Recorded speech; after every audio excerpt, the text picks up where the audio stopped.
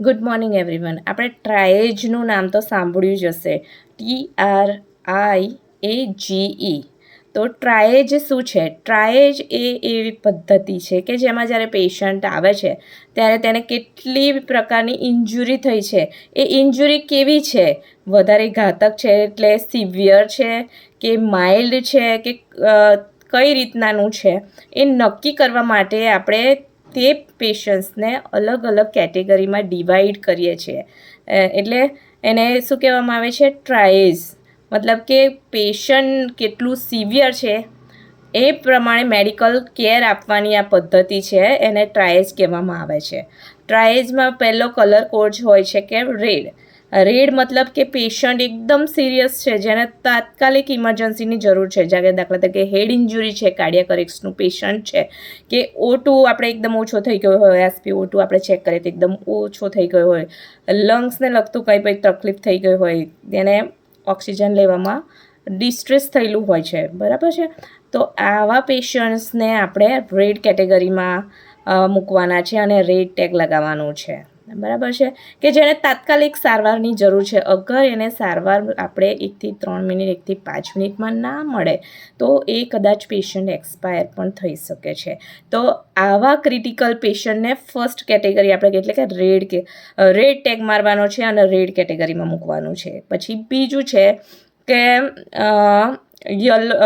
Yellow category.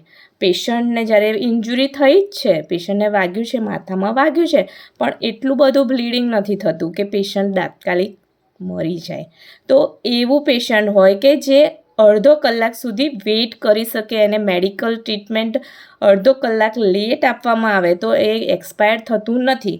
તો આપણે આવા પેશન્ટને શું કરવાનું છે? થોડું ડ્રેસિંગ કરી અને એને વેઇટ માટે આપણે મૂકી શકીએ છીએ. કારણ કે આપણે વધારે પેશન્ટ જ્યારે આવી જાય છે ત્યારે ટ્રાયલ્સનો યુઝ કરવાનો છે. 50 પેશન્ટ કે એનાથી વધારે આવી જાય, કોઈ ટ્રક પલટી ખાઈ ગઈ, બસ પલટી ખાઈ ગઈ હોય, કોઈ પણ ફાયર કંઈક થયું હોય, ક્યાંક બોમ્બ વિસ્ફોટ થયું હોય, આવી મોટી જ્યાં વધારે પ્રમાણમાં લોકો ઇન્જર્ડ થયા હોય ત્યારે ટ્રાયલ્સ કરવામાં આવે છે. પછી યલો કેટેગરીમાં જે 30 મિનિટ સુધી વેઇટ કરી શકે છે તેવા પેશન્ટને આપણે યલો ટેગ મારીશું. હવે ગ્રીન ટેગ. તો ગ્રીન ટેગ શેમાં આપણે યુઝ કરીશું કે જ્યારે પેશન્ટને વાગ્યું છે પણ સુપરફિશિયલ વાગ્યું છે, પછી કોઈ પણ તકલીફ હોય, એ પેશન્ટ અડધો કલાકથી કલાક સુધી એને આપણે ડ્રેસિંગ કરીને બેસાડીએ તો એ બેસી શકે છે. તો એવા પેશન્ટને આપણે ગ્રીન ટેગ મારી અને એને વેઇટ કરવા માટે કહેવાનું છે. કોઈ પણ પેશન્ટને જ્યારે આપણે ઇન્જુરી થઈ હોય, કદાચ કોઈને ફ્રેક્ચર થયું હોય છે, બરાબર છે, તો આપણે ડ્રેસિંગ કરી અને એને સપોર્ટ આપી અને ડ્રેસિંગ કરીને આપણે એને વેઇટ કરી શકીએ તો એનો શું કહેવાય, વેઇટ કરી શકે છે. તાત્કાલિક મરી જવાનું નથી ફ્રેક્ચરવાળું પેશન્ટ. પણ જો એને ફ્રેક્ચર પણ થયેલું હોય અને સિવિયર એને કોઈ જગ્યાએથી બ્લીડિંગ થતું હોય જે સ્ટોપ થતું ના હોય, બરાબર છે, તો એને સિવિયર કેટેગરીમાં આપણે રેડ કેટેગરીમાં લેવાનું છે. જે પેશન્ટને પહેલી જરૂર હોય, મેડિકલ ટ્રીટમેન્ટ અગર એને ના મળે તો એ એક્સપાયર થઈ શકે છે, બરાબર છે. કદાચ કોઈને આપણને ઉપરથી દેખાતું ના હોય કે એને વાગ્યું નથી, પણ એની સિવિયરિટી આપણે ચેક કરવાની છે. જે ટ્રેન પર્સન છે, નર્સ છે, ડૉક્ટર છે, એણે જ આ કેટેગરી નક્કી કરવાની છે. કોઈ પ્યુનને કે કોઈ સર્વન્ટને આ નક્કી કરવાની કેટેગરી નથી, કારણ કે કદાચ એનું જજમેન્ટ ખોટું પણ હોઈ શકે છે.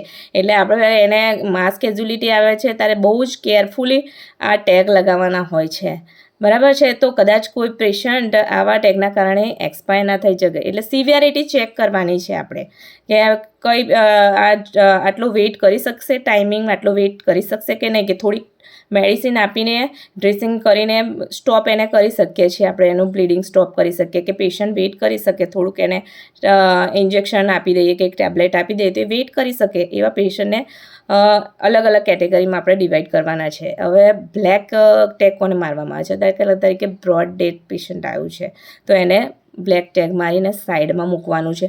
અને બીજું કે બહુ જ પ્રયત્નો કરવા છતાં પણ પેશન્ટ બચવાનું જ નથી, એને બધી જ આપણે કેર આપી ચૂક્યા હોય પણ એ બચવાના ચાન્સીસ એના બહુ જ ઓછા છે. કદાચ આપણે એને રિફર કરતા હોય તો વચ્ચે પણ એક્સપાયર થઈ શકે છે.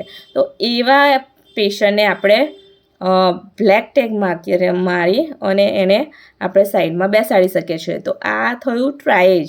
આપણે ઇન્જુરી જે થઈ છે એની સિવિયરિટી પ્રમાણે પેશન્ટને અલગ અલગ ટેગ મારી અને એમને અલગ અલગ ટેગ મારી અને બેસાડવાના છે. ટ્રીટમેન્ટ આપણે કઈ રીતે કોને ફર્સ્ટ આપવાની છે એ નક્કી કરવાની પદ્ધતિ છે, એને ટ્રાયેજ કહેવામાં આવે છે. બરાબર છે. પછી માસ કેઝ્યુલિટી જ્યારે પણ આવે છે ત્યારે પણ મોટી ઘટનાઓ બનતી હોય છે. દાખલા તરીકે કોઈ બિલ્ડિંગ તૂટી પડ્યું છે કે કોઈ ઝાડ તૂટી પડ્યું છે, કોઈ પ્રસંગમાં બધા બેઠા હોય અને કંઈક ઇન્સિડન્ટ બને છે. બરાબર છે. તો એમાં ભાગદોડમાં ક્યાંક બહુ ભાગદોડના કારણે બધા લોકોને ઇન્જુરી થઈ હોય છે. પછી આપણે એક્સિડન્ટમાં આવા બધામાં બહુ માસ કેઝ્યુલિટીઝ આવતી હોય છે. 50થી 100 કરતાં પણ વધારે પેશન્ટ્સ આવતા હોય છે. તો એમના માટે આપણે એ સિસ્ટમ બનાવવાની હોય. ટ્રાયલ્સ કર્યા પછી આપણે એને ટ્રીટમેન્ટ નક્કી કરવાની હોય છે. તો ટ્રીટમેન્ટ માટેનું આપણે એરિયા પસંદ કરેલો હોય છે. ટ્રીટમેન્ટ માટે કોણ વ્યક્તિ આપવાના છે એ પણ પહેલેથી નક્કી હોવું જોઈએ, ટ્રેન બનાવેલી હોવી જોઈએ. એના પછી મેડિકલ કેર યુનિટ પણ અલગ હોવો જોઈએ કે મેડિકલ કેર માટે કઈ કેર આપવાનું છે, કોણ કેર આપવાનું છે. આ ઉપરાંત આપણા વોલેન્ટિયર્સ છે એમને પણ આપણે જાણ કરવાની છે. ઓક્સિજનનો પૂરતો જથ્થો પણ છે કે નહીં એ પણ આપણે કરવાનું છે. સ્ટ્રેચર કોણ લઈ જશે, કોણ ક્યાં શિફ્ટ કરશે, વ્હીલચેર છે, આ બધું મેનેજ કરવાનું હોય છે માસ કેઝ્યુલિટી આવે ત્યારે. તો આ બધા જે ફંક્શન છે એ કોણ કઈ રીતે કરવાનું છે એ ડિસ્પ્લે હોવું જોઈએ. તો આપણે માસ કેઝ્યુલિટી જ્યારે પણ આવે તો આપણે એને પહોંચી વળીએ. So thank you so much for watching.